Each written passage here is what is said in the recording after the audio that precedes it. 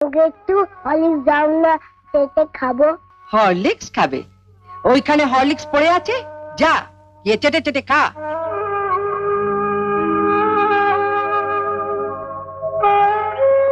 মা, মা, দিদি বললো হরলিক্সটা খেতে। শুয়ে পড়ে চেটে চেটে খেয়ে নেবো। কালে খাওয়া খাওয়া আর খাওয়া, মরতে পারিস না, তোমাকে মরতে পারিস না, মরতে পারিস না। ওকে মারছো কেন? ওর কি দোষ?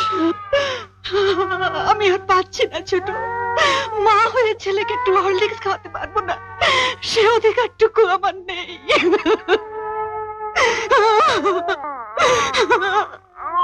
উনিও তো মা, ওনারও তো সন্তান আছে।